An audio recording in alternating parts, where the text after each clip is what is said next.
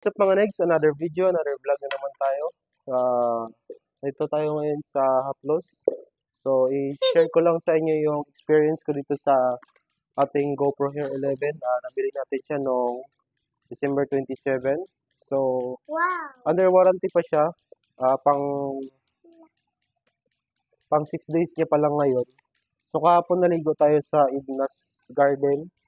Tinry natin siya kasi Hero 11 siya, no? So, bigating model siya ni GoPro. So, tinry natin kahapon yung kanyang waterproof. So, ayun, nag-water leaking siya. Nag-moist na yung screen niya dito sa harap. Tapos, umitim na rin, nasunog yung gilid.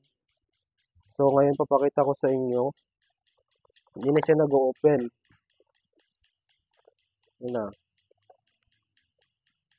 Ayun, hindi na siya mag-open yan. Ayun yan na.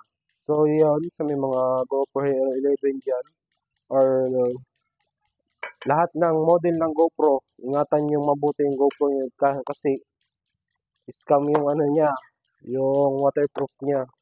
Kailangan may dive case kayo. So, since na under warranty pa nga yung GoPro natin, kinontak pa natin si service center.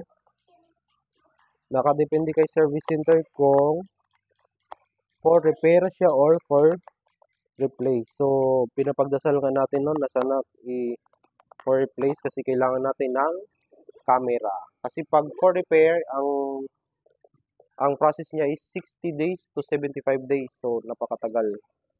So, ayun lang mga next. Thank you for watching.